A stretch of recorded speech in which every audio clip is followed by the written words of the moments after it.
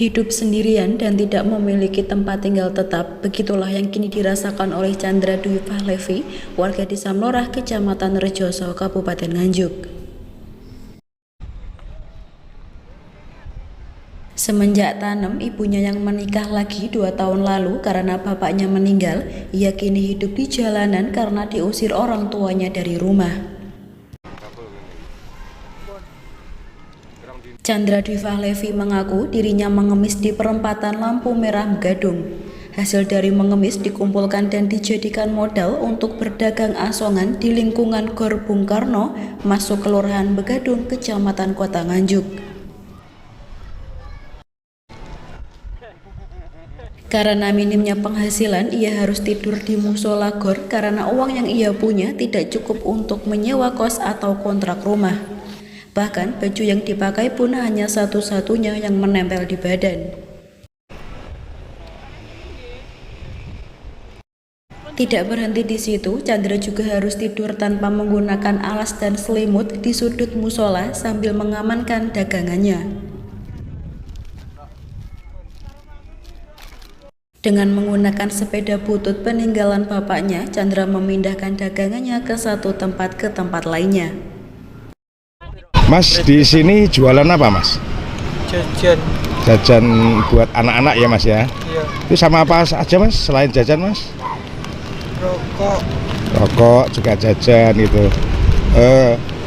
Awalnya dulu bagaimana, Mas? Kok bisa jualan seperti ini? Iya, tiru-tiru Teman-temannya gitu ya? temannya.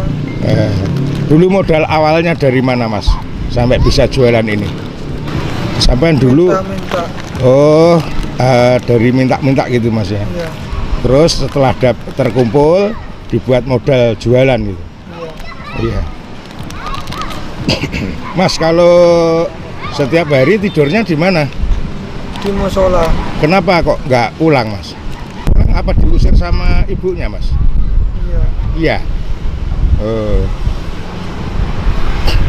Setiap hari penghasilannya berapa, Mas? 50, 60. 50-60 itu kotor atau bersih, Mas? Bersih. Bersih, bisa menghasilkan segitu ya. Iya. Iya.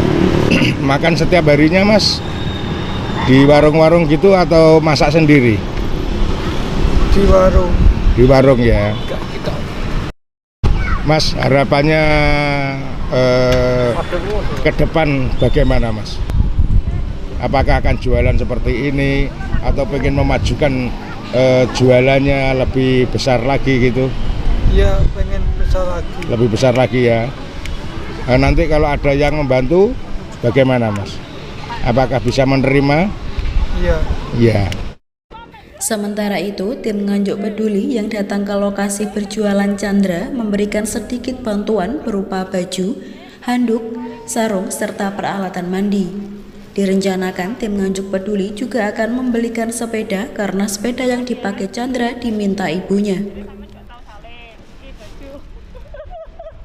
Namun setelah beredarnya pemberitaan, kini Chandra telah dijemput dan kembali pulang ke rumah bersama keluarganya.